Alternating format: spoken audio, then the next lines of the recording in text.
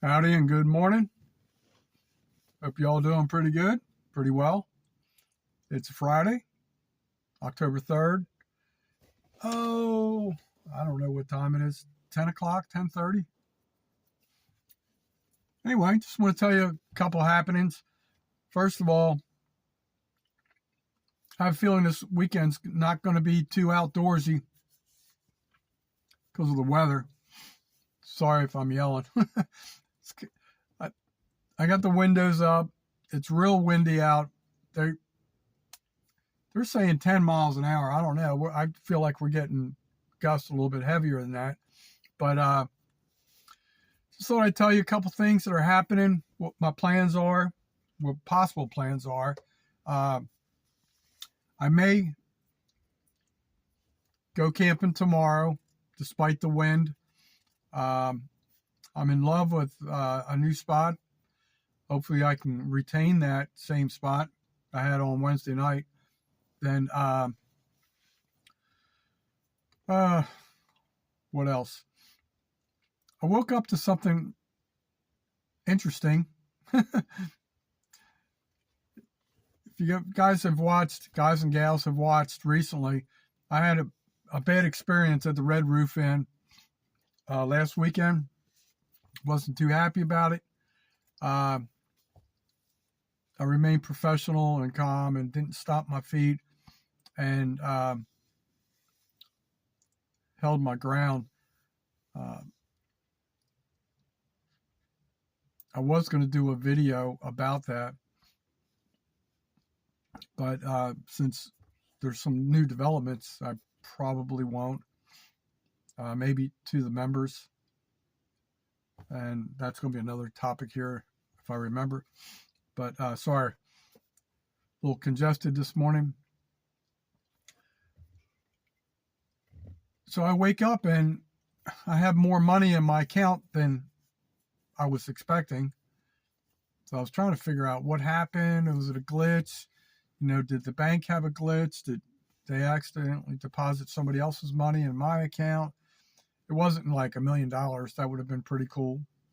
But no, just a little bit. And so I couldn't figure out where it was coming from. It wasn't showing as a credit anywhere on my bank statement online. Plus I did get my payroll deposited at 100 hours. So I was trying to figure that out. And after a while, I started thinking about the Red Roof Inn. I did 2 surveys, somewhat controlled surveys, but they did give me opportunity to express my own words, which was good. That is really good. I hate the controlled surveys where you don't even get to use your own words and explain any extenuating circumstances or anything like that. So I'm scrolling through, and all of a sudden I can't find the charge anymore. So they must have reversed it, and it didn't even show up as a credit. It just got removed somehow. So, and the funny thing is, I almost feel bad about it because when I was talking to the people last weekend, I wasn't looking for a full refund, or I was just looking for a partial comp, for the next night. That's all I asked for.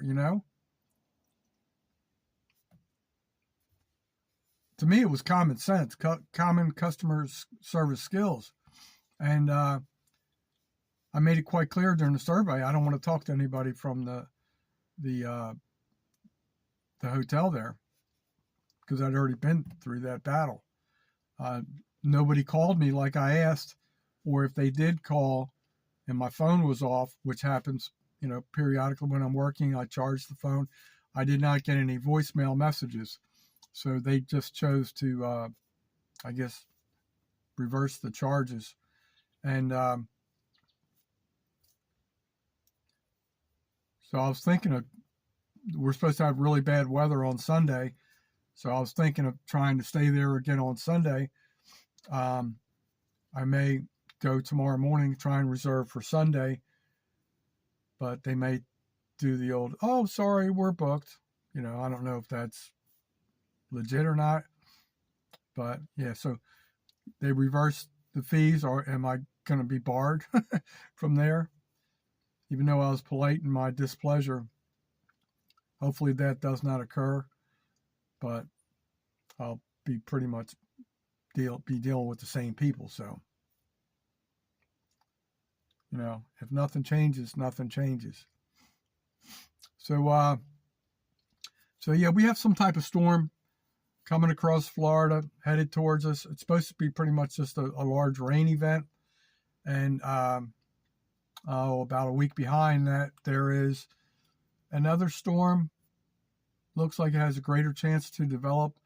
Looks like it's going to stay south from what I've seen early preliminary tracks. Two of the models agreed, the Euro and the US model or whatever it was, that it's going to stay in southern Gulf of America. So what else? Boy, FWC just pulled up. And the marine biologists come down here a lot. When I say come down here at Brown's Fish Camp, and they do different tasks or,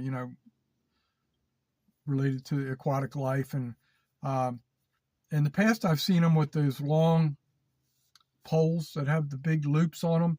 And they have the sonar and they can see a fish around. They'll put it down there and they stun the fish, extract the fish. I think sometimes they keep the fish. Sometimes they just extract the cream or whatever. Basically, that's what they do. They stun the fish, they float up, they net them, and then, they use them for their research purposes and the hatchery. So some guy was on a bicycle and he was talking to the two lady marine biologists for the FWC, and I only heard bits and pieces. She said, today we are, and I didn't catch what she said because it's kind of windy. And I had the window down, but the wind noise with the trees prevented me from hearing. So I didn't see any of those type poles. So it could be just like sonar research, or they're just scouting, or I don't know what they're doing, but they're doing their job in some capacity. But what else is going on? A couple days ago, the other place I like to go to a lot of times in Milton is called Russell Harbor Landing. And they don't allow camping or any campfires or anything like that. They're really strict. But the other day, I couldn't believe it. It's high traffic on the road right next to that going into Milton, downtown Milton. And there's a lot of police officers between Santa Rosa County, Milton Police Department, and the Florida Highway Patrol, plus FWC, 4 different agencies that come through there pretty regularly. There was a guy camped near the entrance, had a big tent right out in the open, set up for a campfire. I will give him kudos for this. He did have a big trash bag affixed to a tree. It was very clean, and I was going to park kind of near him, and then I realized, well, the police are going to be coming in here, most likely, having a chat with that dude. So I didn't really want to be anywhere near him. I didn't want to be like guilt by association, just by proximity. So I decided to leave. I went to the back of the park, came back out, and kudos to this guy. He had one of those plastic grabbers for trash. He was going around picking up all his trash. And then later on, I did come back, and his vehicle and everything was gone except for the tent. And pretty large tent. So I don't know if the guy just went to work or just went grocery shopping or what he did. But when I was there yesterday, I park between some trees sometimes. Pretty tight fit, but I like to utilize the shade. He had a campfire, and there was still some, charred wood there, which in 2 years, I've never seen that. Anybody do that.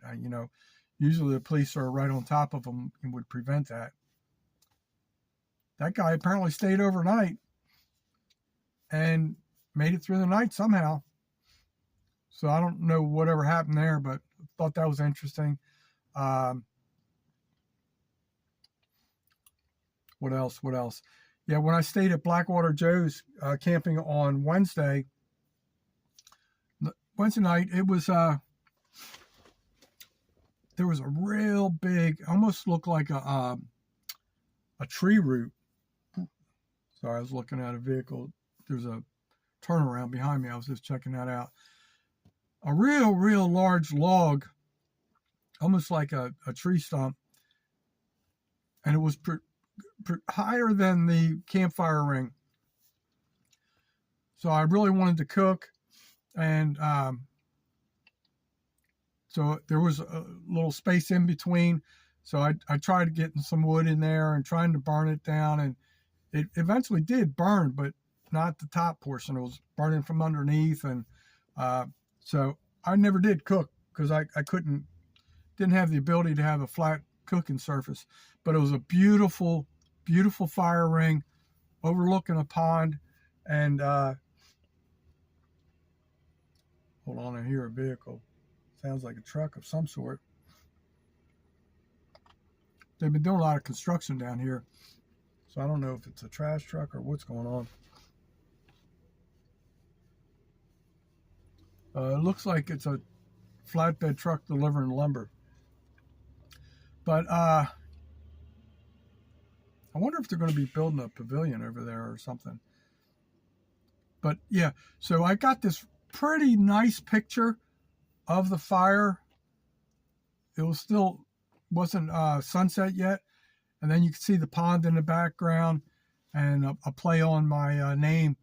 I was going to call it on Golden Pond, and I still have the picture, but I ended up not doing a video for whatever reason. I forget what it was, phone charging or something, I don't know. But where I was parked, I was not supposed to have any type of reception. And it was probably not quite 100 yards from the office. But with the Wi-Fi, I was able to get one bar. So I was super happy with that because I could at least watch YouTube. And I guess that's probably what I ended up doing, was watching a lot of YouTube. And that was pretty enjoyable, very relaxing. And it gets busier there on weekends, I found out recently. So I'm going to try and utilize that Saturday if that site is available. I want to take that site because I know I can at least get some signal. There's other sites there that one is wide open, real close to the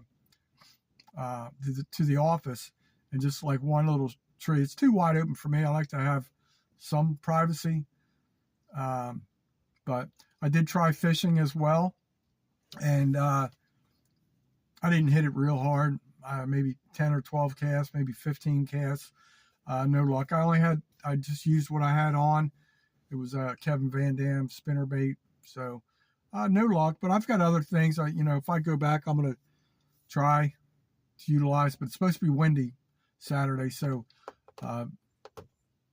doing a video may not work out too well. Hopefully it's not too windy to have the fire going.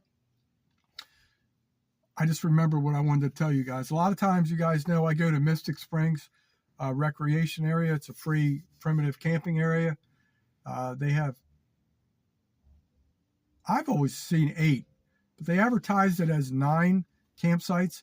So if they're including that group campsite that is protected by a gate, that may be site 9. Not sure how that works, but that is run and maintained by the Northwest Florida Water Management Association or something like that. And they have a fire burn in effect. They implemented that on September 23rd. So don't really want to go out there without a good blaze. Plus, it's hunting season, and a lot of those places are occupied. when I checked a few days ago for this weekend, there were some sites available. The two preferred sites I wanted were not available, but I guess my third choice was available. But anyway, just got a notification on my phone, so I got to see what that says. Sorry, I didn't write any notes down or anything. My parts have been shipped to the United States Postal Service to fix the doors. Now I have the task of trying to find somebody to fix those doors and pay them. It's definitely a project I can't do due to lack of tools and not being a contortionist and stuff like that. So got to find somebody to do that for me when the funds are available. Right now, for at least the next 2 weeks, the funds aren't going to be there. It's probably 3 weeks out. Hopefully, I can get by the way I've been getting by. Very inconvenient, extremely inconvenient, and dangerous. So just got to hope for the best.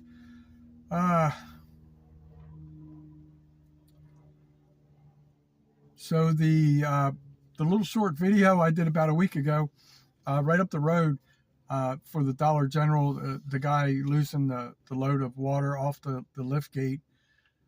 That video surprised me. It got 24.3 thousand views, and that was my number 2 all-time leading video.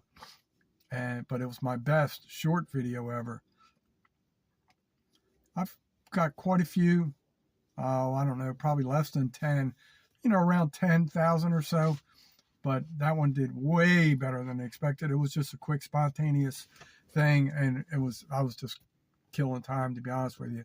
So it just goes to show YouTube, you never know. With the monetization, the PIN number and I guess more instructions are being sent from Google. I may have that today. I don't know. Then I hopefully there's no more hiccups in the monetization. It looks like I'm remonetized currently. I just have to verify the address through the PIN. And then there was, when I was going through the prompts, there was something about I had to insert like the website. So I don't know, they give you some type of code or like a key, they call it a website. So I don't know, once you go through that process with the PIN, if it gives you a code for a website that you would punch in. And I think hopefully I'm good after that. Months ago when I was initially monetized and I didn't go through I can't remember if I gave my banking information or not back then. So if I didn't, I probably have to do that again. YouTube, for the people that don't understand the monetization, which I don't 100% understand, but I understand it enough to have a ballpark understanding of it. They pay you out when you reach a minimum level of $100. So these past few months, 3 or 4 months, whatever it was, all the videos I did didn't give me the option to be monetized. So I went back and it's like a toggle switch where your monetization is off or on. So I went to all those videos and hit the on for the monetization. And currently I'm at $36. Here's the other thing. I'll be talking more about this once I have a full grasp on it and once I know everything's done. I did switch up the membership level. When I first started, it wasn't real clear to me, and I probably didn't. Matter of fact, I didn't know probably about it. I didn't do a great job with the memberships. I did offer some things, but now it showed me a better template of how to do it. So I think the 3 levels I have is Fan Club Basic, Fan Club Medium, and Fan Club Gold. So it would be $199, $299, and $399. I'm just experimenting. If I need to change in the future, I will. But I will, once I know that's locked in, I'll explain what each level allows. And, it's still a learning process for me. So I'm not a guru coming out of the gate knowing everything about the memberships, how I can do everything great. But it's going to be a learning process. So if you want to partake in, a membership program, I'm trying to do the best I can. Definitely, it's going to be better than the last time. But there's something to do with badges and perks and special membership videos only. You can highlight members. It looks like if you have 8 or more, you can give certain gifts to the people in the gold level. So that's what I named those levels: fan club basic, fan club medium level, fan club gold level. So, I know I'm forgetting something.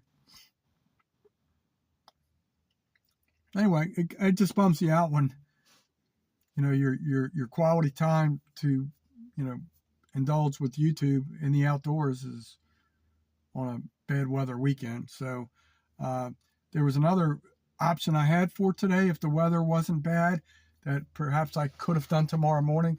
So I'll wake up tomorrow morning, see how bad the wind is. If it's not too bad, I may proceed to a location, I don't know, about 20 miles away to do a pretty cool video. So that's that. I think I've rambled long enough. Nothing great to report. Definitely forgetting something.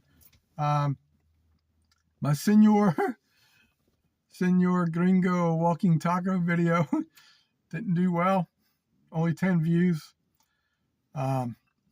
Been watching a lot more video. You watch all these gurus on YouTube tell you, why you're not getting views, and it seems like it changes daily. They're always talking about the algorithm, and YouTube's doing these tests.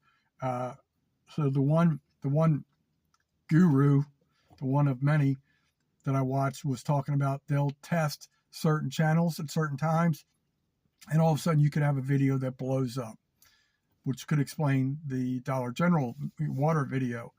So, and then they say it'll flatline after that. And guess what? I'm in a flatline. I think code blue. I need the defibrillator to help me. But anyway, so that's that. So nothing great to report. Gonna, trying to make the best of what I can. But you guys take care and stay out of trouble. Try and support the young channels. I know what I just remembered. If any of you all can tell me, I've been researching this on YouTube, and I have no idea what's going on with this. I've been advised that I have X amount of points or credits, whatever, for the YouTube hype button. I'm not seeing it on my end. Maybe it's not official on my end until I go through the AdSense PIN verification. That's what I'm guessing. But it sounds like it's designed to support smaller channels.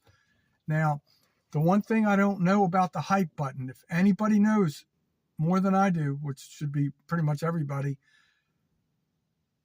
can I use the hype for my own channel, or is it just for other small channels? So I know it's allegedly designed to help promote smaller channels. I generally try and do that through my community page, share and give small channels some shout outs. Like, trying to remember, Melinda told me how many points or credits I have. I think she said 6,620. And I don't even know how you get those credits. I really don't.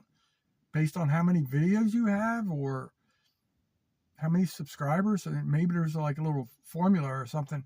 But, or it could have been 1,620. I forget what she said. I'd have to go back and look at the comments.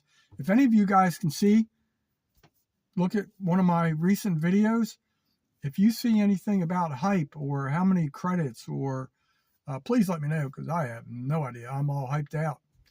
Peace out, my friends. Have a great weekend and live life to the fullest. All right? Enjoy.